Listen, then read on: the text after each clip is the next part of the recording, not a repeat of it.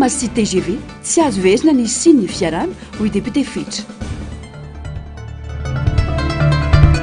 Famaizana nisy tao ministera ny Atitangy tsy nisy antota taratasy saro-padimay ny fitsiriana no amantarana na hirosona ny fanamboarana na tsy ny trano hoy ny ministera ny Atitangy. Karaha mafarany ambany telo hoe tsy ariary tapo-maso fotsiny tsy mendrika ary tsy saza ny mpiasa malagasy hoy ny Fisemare. Manatitra ny araba-tombo kilasy tongo vavy tonga soa indrainao tanatin'izao fotoana ny fampahalalam-baovao izao manasanao ampanajana sy ampitiavana naraka ny antsipirim-baovao hatramin'ny farany. Makasika ny toetry ny andro avy hatrany hiditra ny tanety any Oalina amin'ny manodidina ny 7 ora alina no andry any amin'ny faritra Atsinanana ny rivo-doza Gezanisy raha ny zava-misy ao Toamasina amin'izao fotoana izao dia miakatra ny ranomasina miakatra ihany koa ny rano ary dibo-drano ny arabe misy ireo trano ny rodana ny tamborava ireo azo tapaka ary tapaka ihany koa ny jiro any an-toerana amin'izao fotoana izao efa misy ihany koa ireo fianakaviana ny trabona ka nafindra amin'ireo toerana natokana andraisana azy ireo toy amin'ny foyer social Canada ny Tombohery akalasa rivo-doza Mairivaiky Gezanisy niakatra ao 520 km isan'ora ny rivotra miaraka aminy arahana tafiotra 70 km isan'ora manakaiky ny Foibeny mikisaka niakandrefana izy ka na afaka 80 km isan'ora araka izany ho mafy ny rivotra entiny Gezanisy atombanana atratra 550 hatramin'ny 50 km isan'ora ny amafy ny rivotra ary tombanana nanika hatramin'ny 570 km isan'ora kosa manakaiky ny Ivony tombanana ho mafy ihany koa ny rivotra any amin'ny morontsiraka vao ny andrefana izay ivoan'ny Gezanisy akamety hatratra 550 km isan'ora izy rivotra mafy ihany koa any amin'ny morontsiraka tsy moandrefana akatombanana atratra 570 hatramin'ny 550 km isan'ora hatramin'ny Rampitso 10 febroary 2022 maraina eo anelanelany Vohimara sy Mananjary Rampitso Alarby 10 febroary 2022 alina kosa ho an'ny morontsiraka Menabe sy Melaka ary Morombe izy fahasarotan'ny fifamoivoizana ary mety hiteraka farendrehana an-dranomasina izany nahazo fampitandremana loza tatao miloko mena ny faritra Nalanjorofo Antsinanana Alaotra Mangoro Analamanga ary Betsiboka loza manambana miloko mavo kosa ho Anambatosoa Bongolava Itasy Vakinakaratra Melaky Menabe Mandritsara ary Befandrina Avaratra fona ny filazana loza ho Anandapa sy Antala raha ny vaovao ihany dia amakivaky ny faritry ny Avotany Gezania ny Oalina sy Rampitso ary vinavinaina ivoaka any amin'ny lakan-drano ny Mozambika eo anelanelany Maintirano sy Morondava Rampitso Alina efa manomboka mikasika ny faritra Voanatsinana nosy ny rahona mialo azy anara efa mitandremana miloko mena amin'ny mety ho fiakaran'ny rano ireo mponina manamorona ny renirano Betsiboka Mahavavy Sud Onbe Antaimbalana Maningory Sahabe Mananara Somianina Ivondro Rianila Pangalanina ary Sakanila fampitandremana miloko mavo kosa ho an'ireo mponina manamorona ny renirano Tsirobina Manambao Ranobe Sambao Soanina ary Manambolo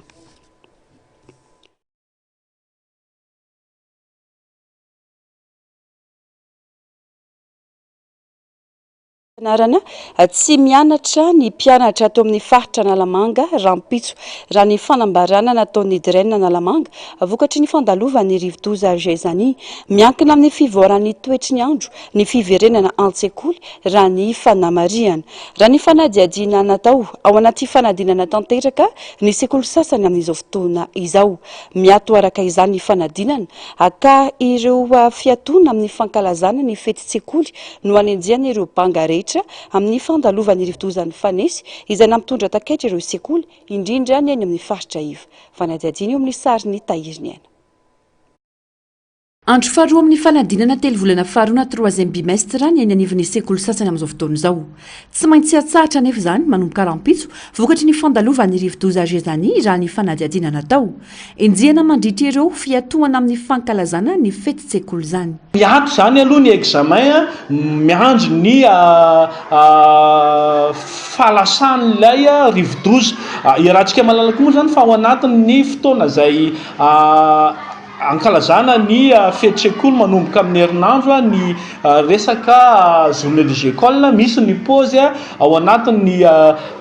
troisième bimestre dia anatin'ireny fotoana ireny zany no andaminana ny zavatra rehetra. Saika ankizy avy amin'ireo faritra ivy eto Antananarivo no mianatra ato amin'ity sekoly ity. Nisy ny lesona azo notsoahina tamin'ny fiatrena ny rivo-doza fity farany teo izay nitreka tamin'ny fianarany ankizy ka tsy maintsy andraisana fepetra amin'ny fisiany rivo-doza trezany izao indray. Nanapa-kevitra ny sekoly ny tsy ankalaza ny fety sekoly amin'ity izay fety fanao isan-taona. Ho atao amin'ny fotoana tokony hanaovana izany ny fanenjen'ireo tsy vita tamin'ny fahatapahany fampianarana nandritra ny fadalovany rivo-doza. Tao anatin'le orana sy rano teo ny sasany any amin'ny Trabona any amin'ny toerana izay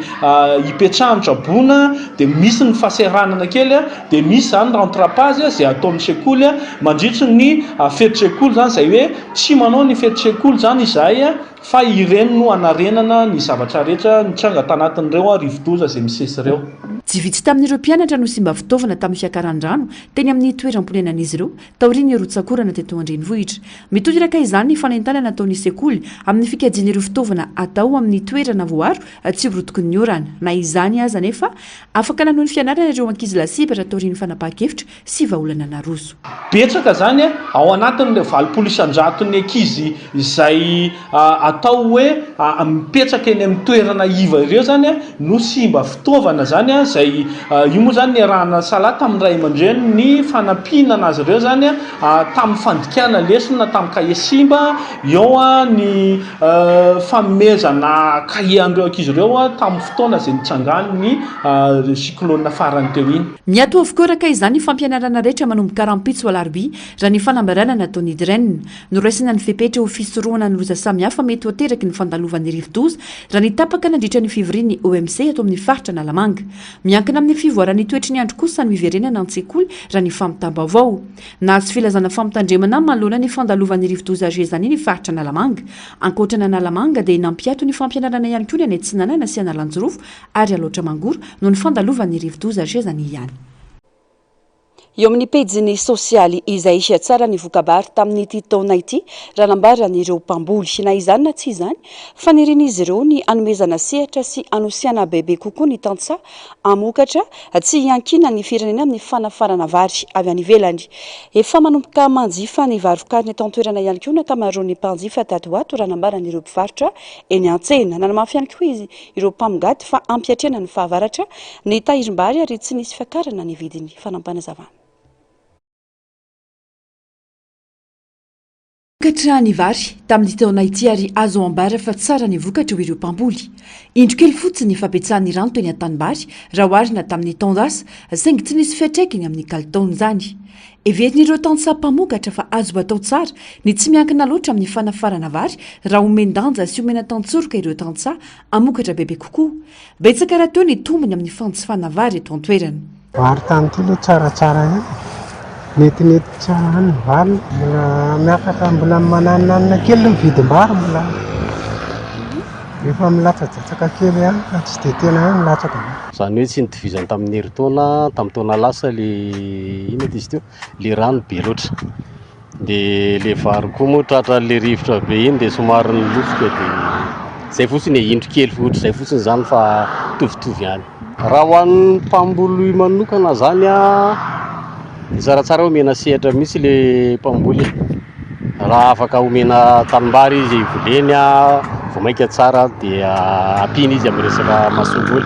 mba hialana amin'izay fanafara amin'izay satria hafa ihany zany le vary gasy eto amintsika par rapport an'le hoe avy any ivelany. Za tsy manao hoe ratsy ny avy any ivelany fa ny antsika eto hita masontsika ny anaovana azy dia izay no ataoko hoe hafa misy le antsika. Ampiatrana ny fotoam-pahavaratra ny tahirim-bary ary tsy misy fiakarana ny vidiny hatreto ho ireo mpanjara. Mahavelom-boly ny mpivarotra tatoato ny fanjifan'ny malagasy ny vokatra avy eto an-toerana. Atao anatin'ny andro maromaro izao nidina ny vidim-bary vokariny eto an-toerana raha niakatra zato ariary isaky ny kilao kosa ny vary stock. Ho an'ny vary gasy tsy faina efajato sy 3 ariary ankehitriny raha injato sy 3 ariary teo aloha izany hoe ny 9 ariary toraka izany ihany koa ny makalioka lasa 3 ariary ny ekilao raha mbola 2 sy 3 ariary zany teo aloha tsy fahina 5 sy 2 ariary kosa ny kilaony tsipala amin'izao raha 7 sy 2 ariary zany teo aloha izany hoe nidina 3 ariary isaky ny kilao eny efa lasa mba manjifajifa kokoa n'olo teo aloha le vary mba efa somary nidikidana kely miprieny semence zao teo aloha 5 sy 7 zao efa nidina 7 ariary ny manala londro 1 sy 5 efa nidina 5 sy 7 ohatrany hoe vary eto amintsika ihany zany tena be mpanjifa kokoa ny ana raha ohatra ny ana aloha zao ny stock raha ohatra ny ana manokana tsy dia mandeha firy tsy miova ny filana vary ho anisan'ny tokantrano manodidina ny 20 kapoaka isan'andro ho an'olona 5 mianaka efa midina raha teo ny vidim-bary eto an-toerana ka ifantohany maro ny fanjifana azy ho ity raim-pianakaviana ity miaina ny vola mivoaka kanefa tsy miaina ny fatram-bary hoanina manoloanjany anenay dia vary eto an-toerana vary tony semence tony vary gasy satria mba manjifa ny vita gasy mba manjifa ny tatoerana sady efa mba mora ihany koa le izy ohatra mba misy ambony zany ny vola raha mitany teo aloha ohatra hoe raha malany vary na 9 na 7 zao teo aloha zao 3 dia ampy misy ampy mbola zany anaovana zavatra hafa tsy ahena fa le vidiny mihitsy no efa mora dia misy ambo no ny vola ohatranay zao zay zao 5 mianaka dia amin'ny maraina zao manrotsaka vary gasy raika apoka sy tapany dia amin'ny atoandro hoe manrotsaka 3 sy tapany dia ariva koa torakorak'izay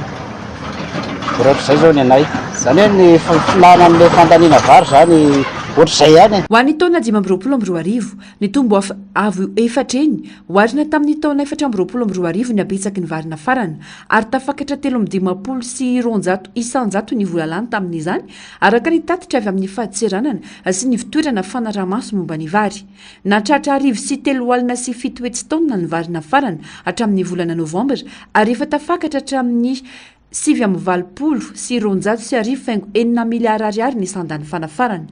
ary eto aloha dia Inde sy Pakistan no tena nafarany Madagasikara vary antony maro no mitarika ny malagasy mbola miankin-doha amin'ny fanafarana vary ankehitriny ka miteraka tsy fampiny vokatra ho an'ny malagasy telopolo tapitrisa raha tsy laza afa-tsy ny tsy fampiny ara-drafitra amin'ny famokarana nasionaly indrindra ny fiovavan'ny toetrandro raha tsy aivina voarakitra ao anatin'ny volavolan-dalàna mifeny retim-bolam-panjakana 9 ny ampiakatra ny etra amin'ny vary afarana toy ny riz de luxe amin'ny alalan'ny abatseranana sy TVA 10% hatramin'izao tsy mbola misy fiovana ny vidiny riz de luxe eny an-tsena mbola voatazona 700 ariary ny ray kapoaka raha 700 sy 2 ariary ny ray kilao lafomba vao afa kosa indray niemitra ny amin'ny larana 770 amin'ny firenena misy 20 nanaovana fanadihadiana ny laran'i Madagasikara amin'ny marge fitarafana ny kolikoly na ny indice de perception de la corruption ho an'ny taona 2022 raha toka tany amin'ny larana 770 amin'ny firenena 20 ny taona 2022 araka ny tatitra navoaka ny Transparency International Initiative Madagasikara androany 20 amin'ny zato no isazo ny Madagasikara ho an'ny taondasa antony maro no mahatonga fiemorana io akahisan'izany ny fahalemeny fampiarana ny fanjakana tandalana sy ny fahaleovantena ny fitsarana ny kolikoly efa lasa rafitra ary ny faratsy ny kalitaon'ny demokrasia sy ny maro hafa raha ny fanazavana adidiny iraisan'ny rehetra kosa ny fanamafisana ny ady amin'ny kolikoly tsy ho lalipaky eto amin'ny firenena ka tsy ampisy fambandrosoana fanadihadiana veritoerana iray ny emitry Madagasikara raha ny marge fitarafana ny kolikoly na ny indice de la perception de la corruption ho an'ny taona 2022 raha ny tatitra nataony Transparency International Initiative Madagasikara androany antony maro no mahatonga fiemorana io ka isan'izany ny fahalemeny fampiarana ny fanjakana tandalana sy ny fahaleovantena ny fitsarana ny kolikoly izay efa lasa rafitra ary faratsy ny kalitaon'ny demokrasia sy ny maro hafa nasian'izy ireo resaka manokana ny makasika ny fifidianana sy ny demokrasia ny tena napidina antsika sy navery an'izay point zay dia ny teo amin'ny resaka fifidianana sy ny demokrasia ao anatin'io index io mantsy dia misy fikaroana nylaza hoe isan'ireo firenena tamin'ny taona 2024 isan'ireo firenena izay heverina ho ao anatin'ireo atao hoe autocratie électorale Madagasikara. Midika hoe ho antsika zany dia misy ny fifidianana fa tsy misy ny démocratie. Any hoe afaka mifidy ny olona fa tsy fanova inona loatra ao anatin'ny qualité ny démocratie sy ny fahafahana misitraka izay démocratie izay fisian'ilay fifidianana. Ao anatin'izany ohatra tsy fahafahana milaza hevitra, tsy fahafahana manao manifestation, ny tsy fahafahana ihany koa mandray anjara amin'ny ataontsika hoe mikalalana ao anatin'ny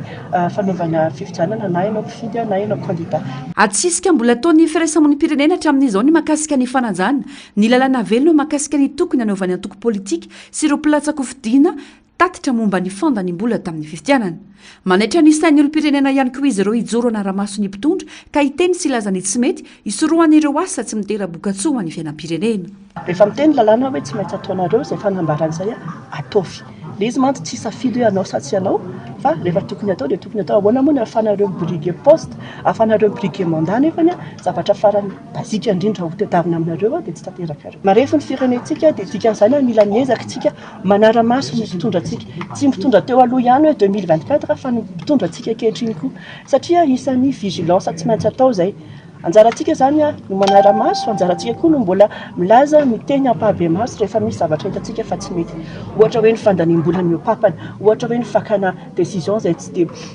mifandray loatra ao anatin'ny tokony atao mandritra an'izay tetezanita na fondation na etc izay. Tadidio hoe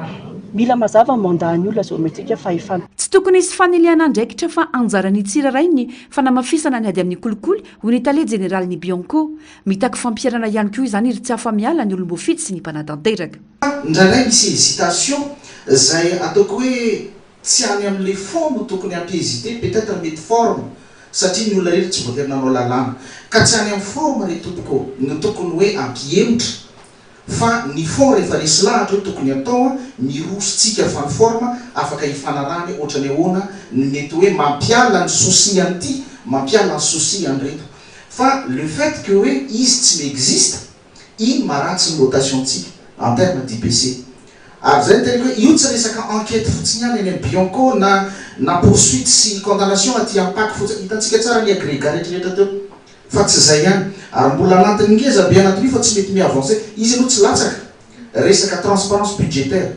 matetika zany izahay anivon'ny Bianco mandresy lahatra ny commune hanao un budget participatif fa ny aty amin'ny ampofonana tsy manao budget participatif. Anisan'ireo tolo-kevitra narosiny transparency ary tsy miova ny momba ny fanohanana rabola iadina amin'ny kolikoly ny fahazona lalàna miaro ireo mpisintona lakolosy any lalàna momba ny fisitrana vaovao saingy mikatso eny anivony ny anteny meram-pirenena zany hatramin'izao. Nanamafy ankilan'izay ny filoha-levitry ny anteny meram-pirenena faritany Antananarivo fa vo ny fampiresaka amin'ny rafitra rehetra izy ireo iadina amin'ity fanidribe ny firenena ity tsy jerena tavan'olona na fifampiarovana toy nisy hatramin'izay ny lalàna fa tokony andraisana fepetra avokoa. Ny raha nahita teto tamin'ireny régime teo aloha ireny aloha tonga dia tsorona ny resaka tamin'ny ihany ny tany aloha zany fa ny teo moa zany ny ataoko hoe tsaroantsika andahatra vonintranga tanatin'ny taona vitsy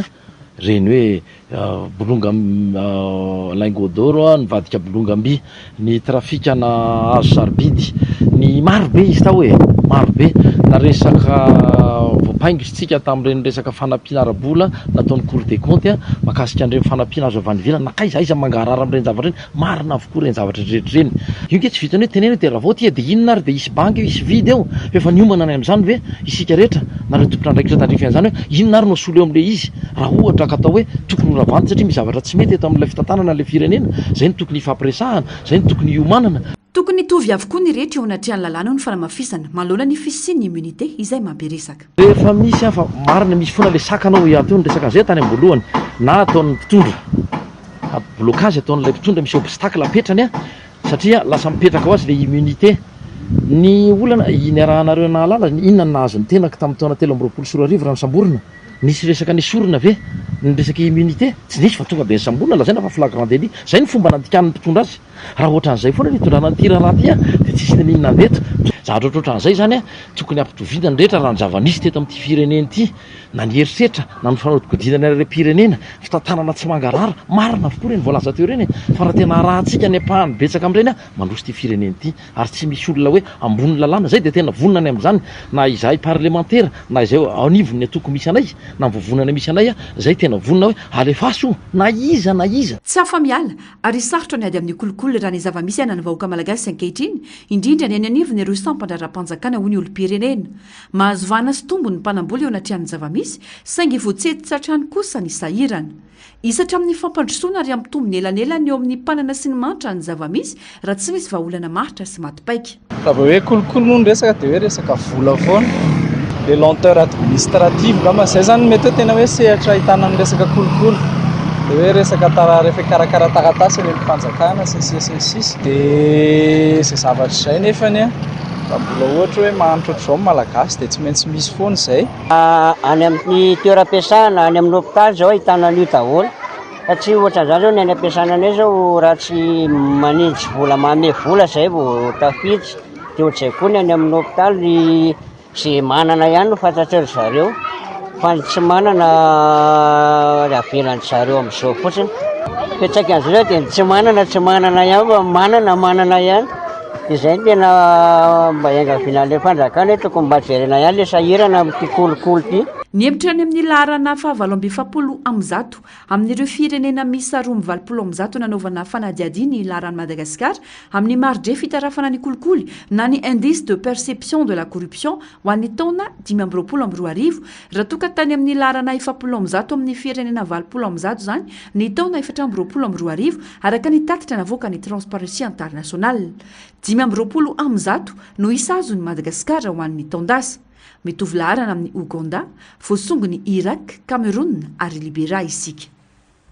Fa miandry ny vokatry ny fitsirena sy ny fanadiadiana ataon'ireo teknisiana avy amin'ny ministera ny asa vaventy avao fantatra na afaka irosonana tsy ny fanamboarana ny rihana fahafito eo anivy ministera ny atitany izay nitrangana famaizana ny sabotsy lasa teo tsy nisy antotantaratasy saropady may kosa nandritry ny fotoana iny ary ny fanterany eo amin'ny fitaovana mampita herinaratra no ahina ny teraka ny afo hoy ny ministry ny atitany tatipavaon'ny Narcisse Karazafy sary sirindran-sary ny Artanzona. Mbola anaty fanadihadiana tanteraka ny polisy pirenena mikasika ny famaizana nahazo ny biraon'ny ministera ny atany ny sabotsy lasa teo efitrano fiasana miisa efatra mifandraiky amin'ny ordre de sécurité publique no ototony afo araka ny fanazavana efa nisy ny expertise tanterahan'ny ministera ny asa vaventy ary miandry ny valin'izany ireo tompon'andraikitra mialohany anapahana hevitra raha azo tohizana na tsia ny fampiasana ny rihana fahafito ny paty d'éléphant sy ireo rihana telo amboniny no invonany tranginy dia naparitaka vonjo maika ireo mpiasa amin'ny asa amin'ireo birao voakasika ary ao anatin'ny fanisana sy ny fitanana an-tsoratra ireo fitaovana simba sy ny taratasy mpanjakana maisy nandritra ny famaizana kosa ny ministera amin'izao fotoana izao. Ny fanadihadiana moa efa misokatra ataon'ny polisy pirenena fa araka ny rahantsika malala moa dia anisan'ny natao hoe trano ny orina quartier administratif rehefa noforonina iny quartier administratif eny amin'ny toerana iny dia anisan'ny niforona voalohany teny io ministeran'ny atitany io zany hoe fa elaela ihany ny réseau électrique ao anatiny koa efa tranainainy ihany raha le tamin'izany amin'izao ny fitaovana ampiasaina efa mitaky bebe kokoa herinaratra dia mety anisan'ny antony daholo zany fa ny fanadihadiana moa mitoy dia rehefa vita amin'ny fanadihadiana dia ampitaina amintsika eo ihany momba an'izay. Voina tahaka ny vona rehetra no nahazo ny biraon'ny ministera ny atitany ho ny fanazavana tsy tokony andefa eritreritra lavitra hoe misy ambadika ny tranga iray rehefa mbola tsy misy pirofo hoy Linora Laimahary ny sesesy ireo tranga mampanahy tatoato ka tsy tokony ho adinoana fanahy ao anatin'ny fanavaozana aza ny firenena dia mbola ao anaty krizy. Maizana moa zany ataontsika karazana ohatra ny voina rehetra ary efa mandray an-tanana ny enquête ny eo amin'ny polisy pirenena ka ngamba tsika malagasy tsara tsika tony fa tsy taitaitra na mieritreritra foana misy ambadika ny zavatra rehetra fa raha hoe misy pirofo kosa aloha dia zay zavatra hafa fa hatreto aloha zany dia mbola tsy misy pirofo ka zay mahatonga hoe mbola mangingina daholo ny olona tsy miresaka an'le izy satria mbola anatin'ny fanadiadiana lalina ny polisy pirenena dia ansoafoana ihany ny atao hoe ansa mitony satria anatina toedra raha mafanafana ohatra zao hoe mihetsika ny any Afrika maikopa téléphone manao vidéo kely etsy ny manamboninahitra ambony so dia adininy malagasy zany fa anaty crise politika ihany tsika io fa efa andalana ny famahana ny olana zany fa mbola anatin'ny crise tsika zany miseho daholo zany ny endrika mety ho fanakorontanana na fampiororona kolaka zay mety ho ataon'ny mpisehatra politika. Araka ny vaovao voaray hatrany dia efa intelo nanao fitsiriana ireo teknisianina avy eo anivon'ny asa vaventy ho fanamafisana ny fanadiadiana ara-teknika sy ny fanombanana ny fahasimban'ny trano atreto dia ny court-circuit no heverina ho miteraka ny firehetana ary tsy misy ambadika ho ihany ny fanazavana. Efitrano miisa 10 tamin'ny riana fahafito no voakasiky ny afo saingy birao efatra no tena maikila niaraka tamin'ireo fitaovana sy taratasy-panjakana tao anatiny. Anisan'izany ny birao ny fitalehavana foibe ny adi-tany, ny sapandrara misahana ny fitantanana ny fitaovam-piadiana ary ny sapandrara misahana ny filaminana. Namafisy ny ministry ny adi-tany anefa fa tsy nisy antota taratasy saro-pady may tamin'iny fotoana iny. Io toerana tao amin'ny parti nisy firehetana io zany dia birao zany hoe ireo tompon'andraikitra zany hoe tsy ilay ary amin'le service tena mikirakira ny antota taratasy na mikirakira an'le mitraité an'le dossier zany fa sy birao misy an'ireo ataoko hoe mpitantana eny anelanelany zany intermédiaire iny moa zany directeur misy tale généraly dia zany hoe tsy dia tena hoe mijanona ny dossier fa mitransité eo fotsiny ny dossier fa tsy nisy hoe dossier sensible zany voakasika na voakitika niaran'ny firehetana tamin'io toerana io. Andrasana araka izany ny vokatra ofisialy ny fanadiadiana sy ny tatitra ara-teknika farany izay hanazava ny antony loza sy ny fepetra ho raisina amin'ny mpifanaraka amin'izany raha ny fanazavana nomeny tompon'andraikitra trano. Vavaony politika kosa indray tsy azo everina ny sy ny fiarahana na ny alliance eo amin'ny antoko TGV sy ny team ho ny solo-mavambahoaka fetra Ralamozafy Milonina manoloana ny lahatsoratra an-gazety nivoaka ny alakamisy 5 febroary 2024 lasa teo. Nilaza ho tsy mbola nandre izany aza antena no fanamafisany androany raha noantany ny mpanao gazety. Mbola maro ihany koa ireo zavatra mila diovina sy azavaina eto amin'ny firenena indrindra ny amin'ny fanadinana ireo rehetra nanao tsy ateto amin'ny firenena samy izaka nivokan'ny rehetra ao anatin'izany fanampanazavana. Tsy nisy resaka mihitsy ny amin'ny filazana fa hoe isy fiarana na alliance eo amin'ny TGV sy ny team hoe fetra Ralamozafy Milonina androany raha naontany ny mpanao gazety manoloana ny resabe mandeha ankehitriny izay efa tonga ny anivon'ny gazety mpiseho isan'andro amina lohateny lehibe milaza manao ny hoe Marc Ravalomanana, Andry Rajoelina vers une alliance objective de leurs partisans. No mafisiny fa tsy azo verina ny sy ny fiaramiasa tamin'ny olona manao tsy mety aka tokony anaovana fanadiadiana sy fanadiovana ankehitriny. Tsy tokony ho sarotsaromana amin'ny tsy nety nataony zava-misy ka ho vitaina mora amin'ny hoe hiara-iasa fa tokony samy izaka ny vokatry ny nataony eo anatrehany lalàna ny rehetra. Para ho anay manokana zay tsy misy ary mbola tsy nisy nyresaka taminay hoe hiaraka aminay na hanangana hoe isy alliance na isy fiaramiasa eo amin'ny TGV hatreto aloha tsy misy sana fahaizana tanareo mpanao gazety an'izany ray aloha le izy mizahatra mbola mila zavaina eto amin'ity fireneny ity mizahatra mbola mila diovina eto amin'ity fireneny ity ahoana moa lasa sanatria ohatra lasa hoe ahoana re tsy aiko ireo teny hiara-iasa amin'ny olona nanao tsy nety fa misy apahany koa apahany betsaka tamin'ireo olona fitondrana teo aloha mbola misy tokony ho adinon'ireo olona ireo tamin'ny zavatra nisy teto amin'ity fireneny ity amin'ny lafiny maro tokony ho adinina na ny herisetra na fanodiko-dina na ny ere-pirenena na firaisana tsokombakomba tamina zavatra maro aloha zay ivoaka dia rehefa ozy ny fitsarana hoe madio izy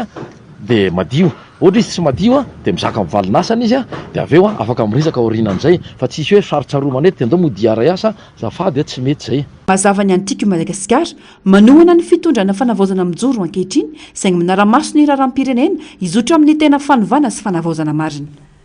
Mijany eo amin'izay vaovao politika izay tsy tokony teraka resabe ny safidy manoka ny filohan'ny fanavaozana ny republika na iverina sivily na ijana ho miaramila ny tenany hoy ny antoko otrikafo adihevitra diso ny fivizan'izany hoe ilay arabe vahiny izay nanamarika fa ny fifanomezan-tanana hitondra fanavaozana eto amin'ny firenena no maika amin'izao fotoana izao fitady-baovao ny Narcisse Karazafy sary sy rindran-tsary ny Niaritanjona. Niteraka ady hevitra teo amin'ny sehatry ny politika ny fanambarana nataon'ny filohan'ny fanavaozana ny repoblika mikasika ny safidiny iroso amin'ny lalana mahasivily tsy tokony hiteraka olana io fanapaka-hevitra io satria rain'ny vahoaka malagasy rehetra ny filoha na miaramila na sivily hoy ny antoko otrikavo ara-dalàna ny mahafiloam-panjakana azy atao ry ny fianianana nataony teo anivon'ny fitsarana avo momba ny lalam-pandrenana tokony andraikitra amin'ny safidiny tsirairay ary tokony hajanona ny fanaratsiana mifototra amin'ny safidy manokana ho ihany ny fanehoan-kevitra manokana zany dia ny hoe ionge samy mahafantatra tsika fa ny olona anankiray rehefa ny safidy miaramila ninninna andraikitra raisiny dia tsy miala aminy zany no miaramila azy sahala amin'ny hoe ohatra ny carrière professionnel rehetrarehetra ny safidiny io zany rehefa ny safidy ny olona anankiray ho mpitsabo na ho mpampianatra ka rehefa tonga ny fotoana hoe hiatony amin'izay andraikin'izay dia mipetraka amin'ny foana izay lay titre an'izay amin'ny otrikavo zany everina hoe tsy tokony hisy adihevitra be mahakasika ny fanehoan-kevitry ny filohan'ny fanavaozana amin'izao fotoana izao hoe ho miaramila na tsy ho miaramila intsony fa hoe haka ny toerany sivily bebe kokoa dia ozy hoe amin'ny filohan'ny fanavaozana azy dia verina hoe ho an'ny malagasy rehetrarehetra izy zany na sivily na miaramila dia verina hoe tsy tokony hita hoe inona no tokony hampisy adihevitra be amin'ilay izy tsy ny safidy manokana ny tokony hiteraka adihevitra fa ny votoatin'ny fanavaozana entin'ny filohan'ny fanavaozana ny repoblika ho ny fanamafisana adihevitra tokony hipetraka amin'izao raha ny fanazavana raha tena misy ny fandrosoana sy ny fanavaozana hita maso tao anatin'ny 3 volana voalohany ny tondrana ary miroso makany amin'ny fanatsarana ny firenena ve i Madagasikara amin'izao fotoana izao safidy nia hitondra any Madagasikara izy zany tao alohan'ny fanonganana nia mpitondra fanjakana teo aloha safidy izay zavatra dikan'izay ozy hoe tokony samy anaiky aloha zany tsirairay amin'izay safidy verin'ny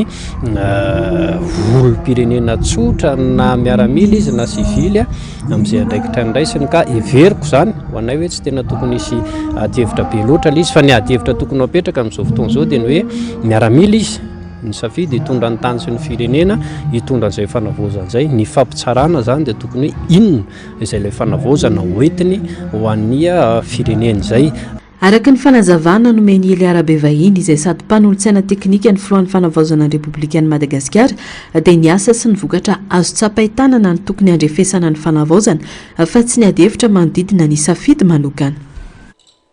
faradalàna ary ny eken'ny fitsarana avo momba ny lalam-panorenana ny filohan'ny fanavaozana ny repoblika noho izany miantso ny malagasy hotony manoloana ny fandraisany mpanjaka Eswatini ny filoha teo aloha ny mpandinika ny raharam-pirenena Lino Ralaimary mila mifantoka amin'ny sosialim-bahoaka ny fitondrana fa tsy variana amin'ny fandrebirebena ataon'ny ekipan'ny fitondrana teo aloha raha ny fanehoan-kevitra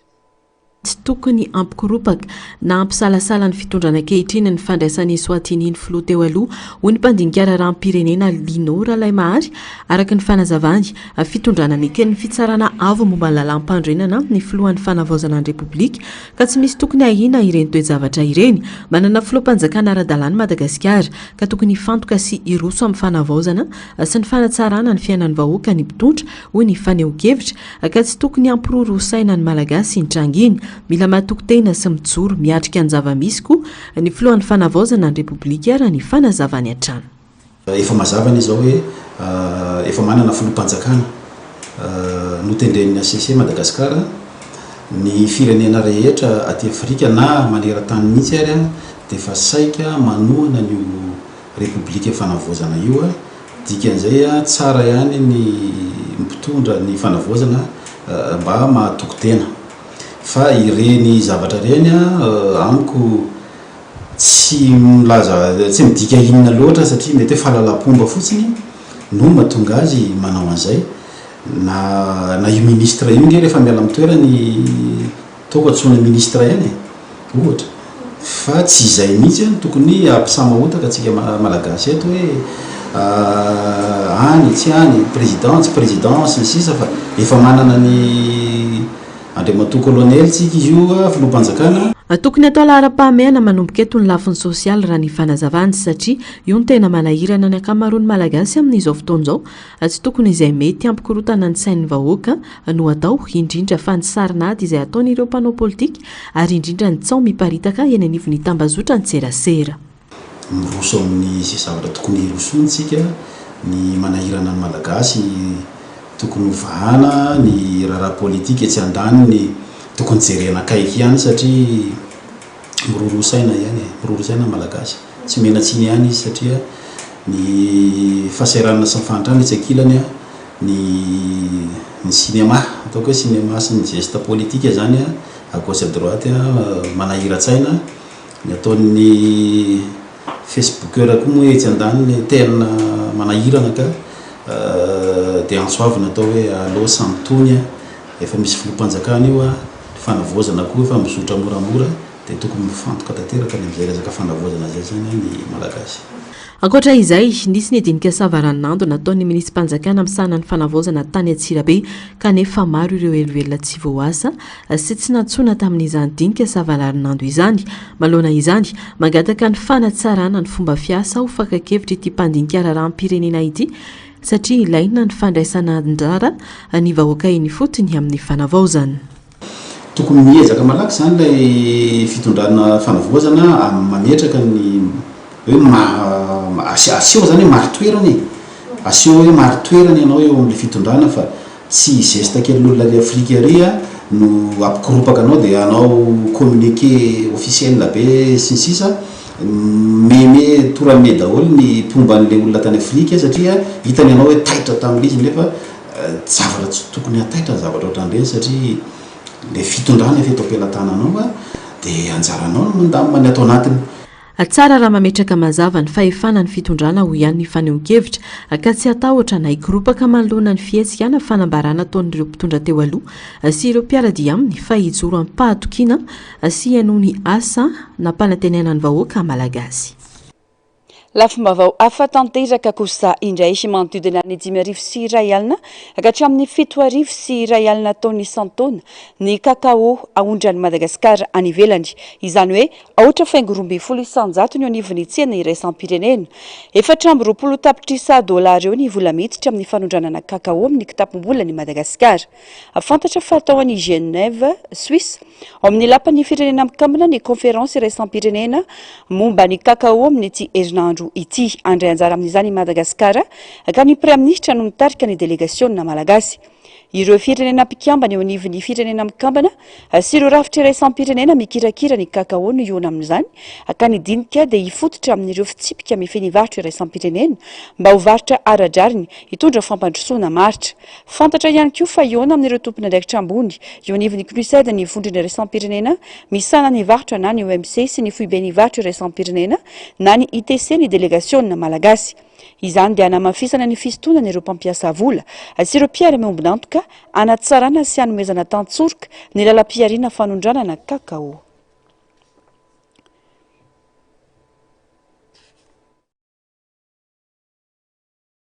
Kary tsy saza ny mpiasa malagasy ny karama farany ambany 3 hetsy ariary hoy ny sandikany Fisemare. Izy ireo izay manamafy hatramin'izay fa farafaratsiny ray tapitrisa ariary ny karama farany ambany ho an'ny sehatra tsy miankina vao ampy amaliny ireo filana fototra andavanandro ny isan-tokantrano. Manamafy izany ny olon-tsotra manoloana ireo adidy sy famoaham-bola tsy maintsy atao ny isan-tokantrano. Fanadihadiana eo amin'ny sariny Tahiriniana.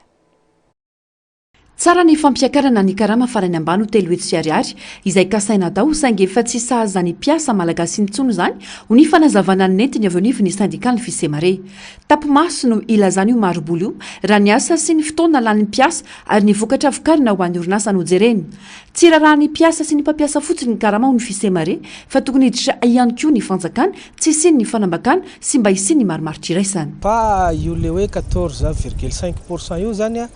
raha io nijerena raha mpitahainy amin'ny vidim-piainana dia tsy akory ny atao hoe karama ahafahan'ny mpiasa miady amin'ny fiainana satria hitantsika tsara angambany fa ny fiakarana vidim-piainana dia presque isan'andro ary ny mpiasa dia mividy zavatra amin'ny litatra sy ny kilao ka raha io le 300,000 ariary io zany raha io zany no hoe heverina hoe io ny karama farany ambany dia ataoko angambany raha le budget type zay fanavoaka ny Fisemare dia mety hofatrano fotsiny.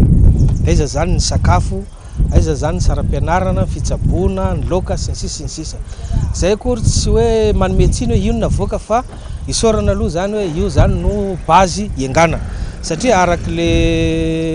araka ny lalàna zany dia tsy maintsy mbola mandalo CNTE zany izy io a zay vao makany amin'ny gouvernemanta avoaka ho didim-panjakana zany ho ampiarina eto amin'ny territoire de Madagasikara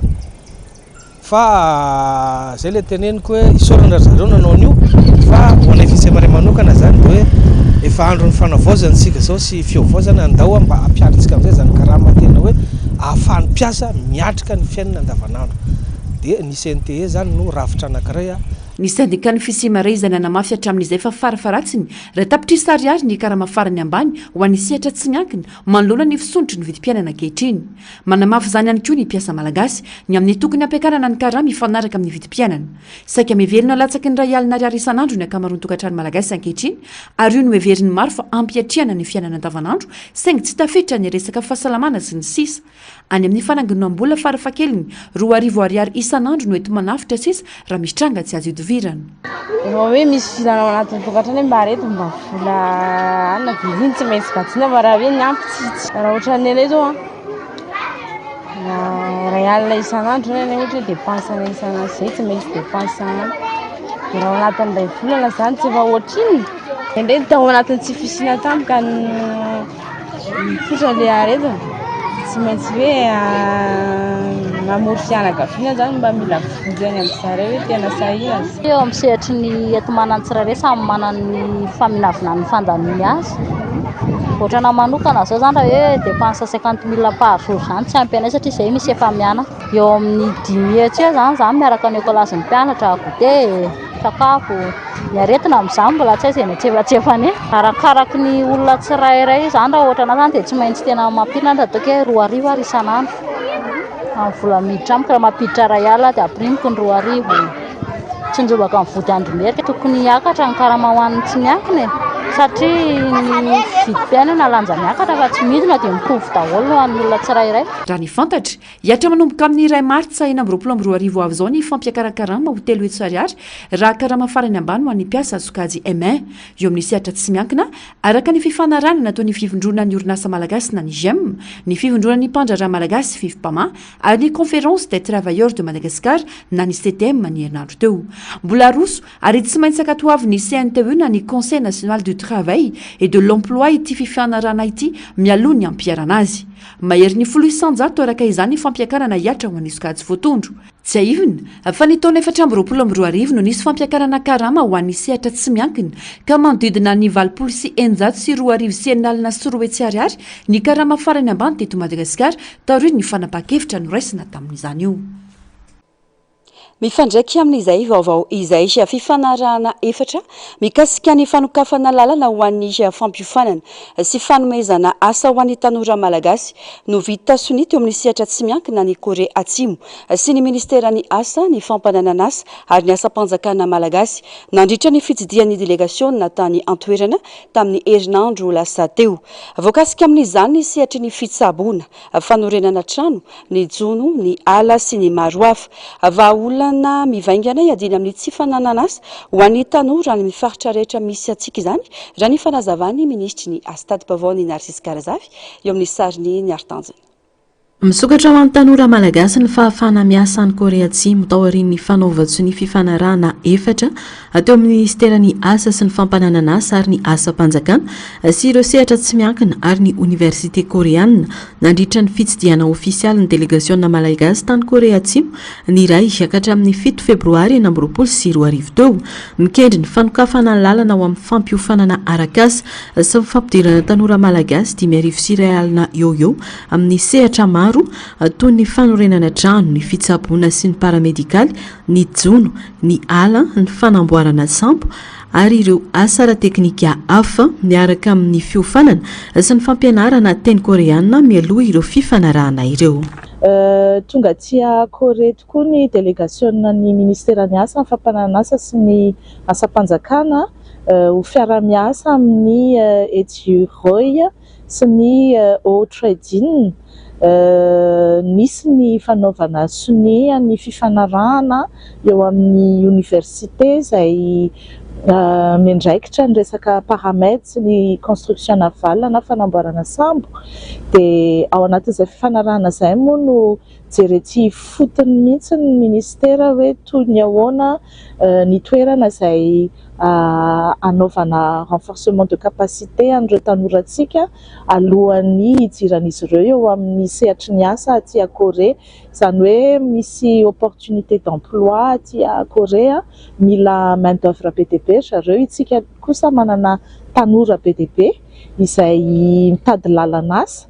dia izay moa no antony hoe hitady izay mahasoa an'ireo tanora malagasy aty. Araka ny fanazavana miara-miasa amin'ireo mpiara-miombona antoka toa ny Hanwha Life Financial Service, ny Université ny Sejong sy Ulsan ary World Peace Practice Center ity tetika asa ity izay mikendry ny ampifandray ny filanan-tsenana asa koreana sy ny tanora malagasy tanjona ny ampiroborobo ny fifindramonina araka asa voarindry anamafisana ny fahaiza-manao sy ny fampidirana mivantana amin'ny tsenan'asa ka ho vahaolana mivaingana hiadiana amin'ny tsy fananan'asa sy hanomezana lanja ny reny vola malagasy eo amin'ny sehatra iray sampirenena.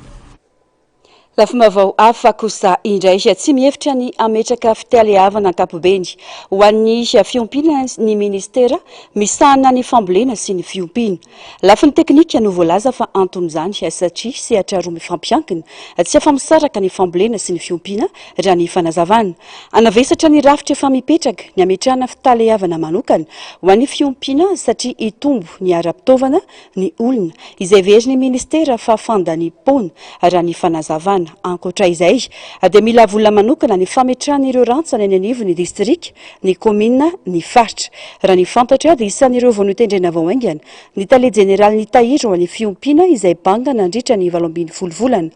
Isan'ny ezakana atao ihany koa ny fanofanana ireo teknisiana momba ny fiompiana sy ny fambolena nanomboka ny taona 2012 mba hifehezana ireo sehatra roa ireo. Etsy andanin'izany nilaza ny syndicat-n'ireo mpiasa eo anivon'ny sampandrarana ny fiompiana fa tsy mandray baiko itsony amin'ny ministra tompona andraikitra afa miandry ny fanoloana ity tompona andraikitra ity. Andrasana araka izany ny toy ny rara. Lalana no lanina tamin'ny taona 577 no mbola ampiarina eo amin'ny sehatry ny fizantany eto Madagasikara hatramin'izao. Sehatra iray mivoatra sy miova isan'andro anefa ny fizantany ka everina fa zava-dehibe ny fanavaozana ny lalana mifehy ity sehatra ity ho fanatsarana sy fanamafisana ny fivoaran'ny fizantany eto Madagasikara. Taori ny fankakevitra sy fifampidiniana ny arana tamin'ireo mpisehatra rehetra manerana ny nosy dia noraisina nandritra ny filan-kevitry ny ministra ny 10 febroary lasa teo. Ny volavolan-dalàna mikasika ny fanavaozana ny sata mifehy ny fizantany rehefa avy nodiniana sy nekeny ny filan-kevitry ny governemanta. Rehefa izany hodiniana eo anivony anteny miram-pirenena mandritra ny fivoriana ara-potoana amin'ny volana Mey ity volavolan-dalàna mikasika ny sata mifehy ny fizantany ity. Indriambavy eo amin'ny pejy ny fahasalamana ny raim-pahefatry ny omamiada nampahazo ny vehivavy malagasy dia ny omamiada ny vozony tranon-jaza. Vehivavy 570 ao anatin'ny rahetsy no namony ainy isan-taona noho ity omamiadana ity. Misy ny tetikasa vita CCU natomboka tamin'ireo mpitsabona fototra na CSB misafolo teto Antananarivo sy any Mahajanga. Iantoka ny fitiliana, ny fitsabona ary ny fandraisana an-tanan'ireo vehivavy tratry ny omamiada ny vozony tranon-jaza ny tetikasa vita CCU maimaim-poana ny fitsabona rehefa voatily mialoha ny aretina ka izany indrindra no andrisihana ny vehivavy anao fitiliana. Raha ny fanazavana, ireo mpamanofa vatana sy ireo vehivavy miaraka amina lehilahy maro no tena lasibatry ny omamiada ny vozony tranon-jaza.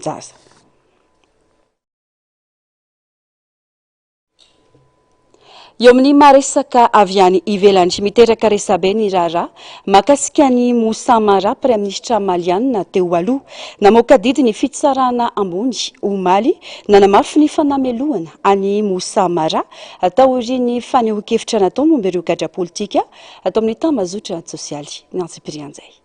Namoaka didy ny fitsarana ambony tamin'ny taondasa momba ny Mosamara praiministra maliana teo aloha nandritra ny 7 volana teo anelanelan'ny taona 2014 sy 2015 momba ny fanameloana sy hampangana azy ho nanimba ny fahamendrehan'ny fanjakana sy nanohitra ny fahefana ara-dalàna. Tamin'ny volana Jolay tamin'ny taondasa namoaka 4 tao amin'ny tambazotra sosialy ny tenany nilaza fa niona tamin'ireo gadra politika ary nampanantena fa hisy rary no atao. taoriana izany dia nosamborina songadray Mosamara nanomboka ny 2 aogositra 2024 no amafisin'ny fitsarana ny saziny ka sazy hatramin'maizina 2 taona ary ny ampahany amin'izany dia sazy miantona nahazo ny tramitetina 10,000 francs CFA ihany koa ity praiminisitra teo aloha ity. Araky ny fanambaran'ny mpisolo vavazy Motangatal dia tsy hijanona eo ny tolona ara-pitsarana mikasa hitondra andraraha eo anatrehan'ny fitsarana tampony ity pahay lalàna ity. Ny vehivavy manana volomaso lava indrindra eran-tany sy ilay vato miendrika hazo any Chine no tranga hafakely entina amintsika amin'ity an'ity haroary.